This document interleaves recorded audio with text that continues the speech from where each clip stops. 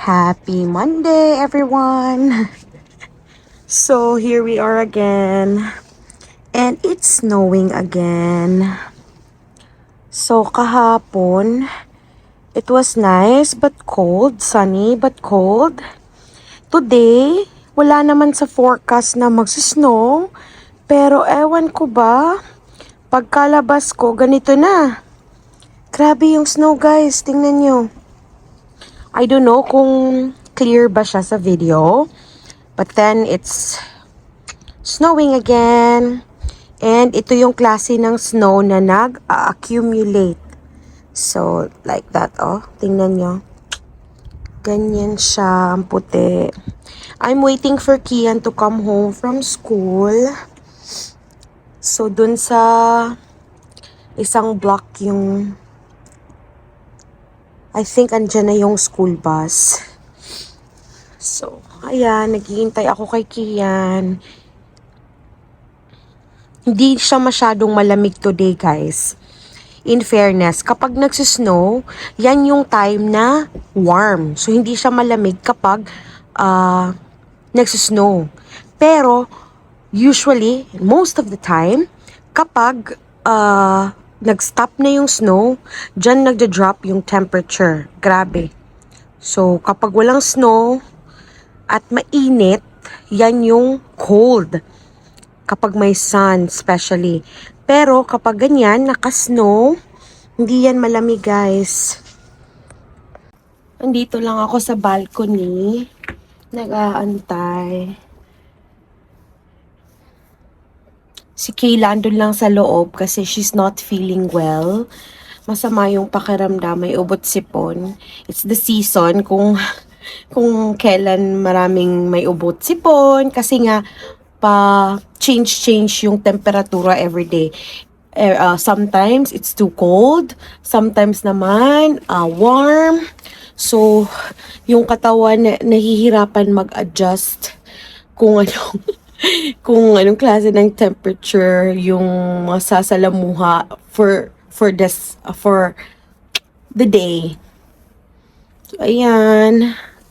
Mag-accumulate na naman yan for sure. Hindi ko lang alam kung ilang centimeters kasi nasa forecast yan. Pero yun na nga, wala siya sa forecast pero biglang nag-snow. So, bumabawi talaga siya, guys. So, usually talaga naman, January at February yung grabe mag-snow dito sa Canada. So, most of the time, kapag January, February, maraming snowstorms. So, I guess, yan, kaya nagsusnow ngayon. Pero, come by March naman, medyo warm na, tapos magme-melt na. So, pa-summer na. So, it's okay. Tiis-tiis and anad-anad in Bisaya. Anad-anad lang ta. Maanad raman sad ka. So, hindi mo na iindain if magtatagal ka sa Canada kasi nga used to ka na, diba? So, ganyan naman. Kung nakikita nyo yung snow, yung patak. Ayan. Tapos medyo mahangin siya kasi yung ganyan namin nagtutwist. Pero hindi naman masyadong mahangin and it's not cold. Maganda yung temperatura today. Ayan na, guys. Kung nakikita nyo, ang dami ng bata sa streets.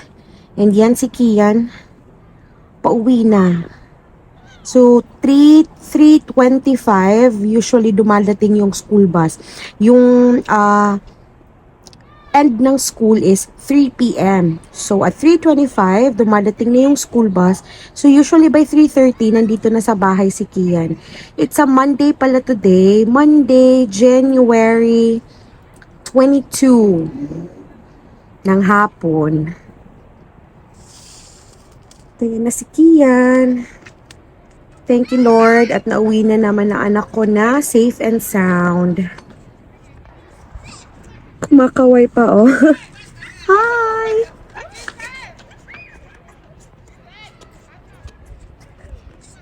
Kuya!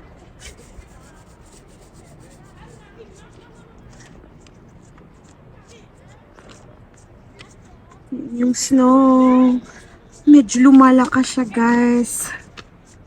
Lumalakas talaga. So, mamaya-maya, mataas na naman ang snow dyan sa streets. May maglilinis na naman ulit.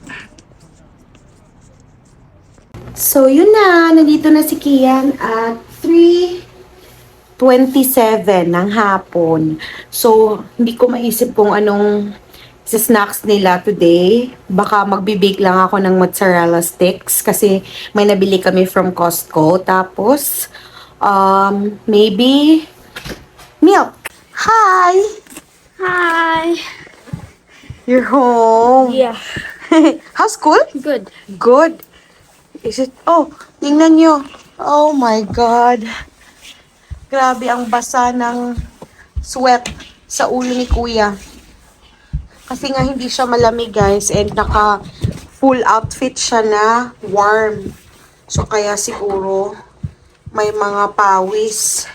So eto na yung mozzarella sticks na isa-snack ni Kian. At Kayla, sabi ni Kayla ayaw daw niya. So gusto lang niya ng banana. So kaya konti lang yung ibibake ko, guys. Gagawa ako ng lumpia. So, ayan yung karne. Tapos, ito yung wrapper for dinner namin. Tsaka, magluluto ako and yan, beef. Gagawa ako ng beef stew for dinner. So, beef stew and lumpia. Kasama na din yun yung baon sa school at work. How's school? Good. What did you do? So, at school, we did our routine de matin. We do it every day. Mm-hmm. And then after that, we did a bit of math. Mm-hmm. And after that, we went to recess. Recess. Oh. And then? We went to play. What is the routine du matin? Well, it's basically like small pieces of work. And I completed my routine de matin. Okay, good job. And then after we did some math. Mm-hmm. And then after math, we went to recess. Mm-hmm. And in recess, we played in the snow for like 10 minutes. Okay. And after we went back to our class, Mhm. we went to read. Oh, what's the reading for today? The reading for today, Mom, it was any book. We had like a library. There's a lot of books. So you're supposed to read every day a book. Not every day. There's Ah. not always reading sessions every day. Okay. And then after that, we did some French, a bit of grammar. Mm-hmm. And after that was dîner. Oh, okay. Did you finish your food? Yeah. Oh, good job. Okay. I forgot to mention. After the recreation, we had some collation. Collation. Okay. That's good. Tomorrow again is a Tuesday.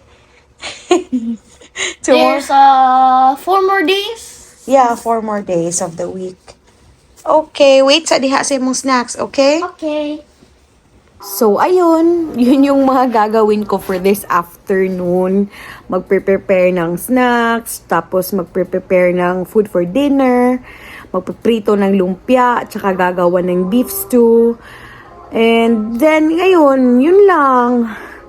Wala masyadong magawa kapag winter, guys. Hindi ka pwedeng lumabas na kapag hapon kasi nga malamig. Tapos, ngayon pa nagsusnow, diba? So, yun lang. Thank you so much for watching and I'll see you on the next one. Bye!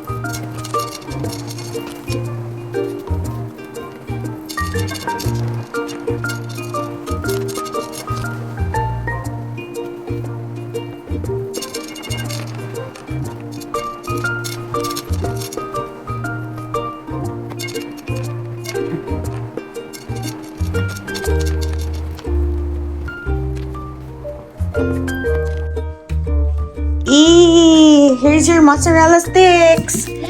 So, ready na yung mozzarella sticks ng mga kids. Okay, that's okay. Later na lang. Ayan na.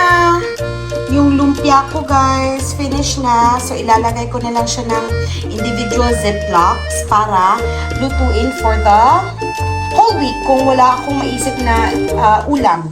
So, that's it. Thank you for watching and we'll see you on the next one.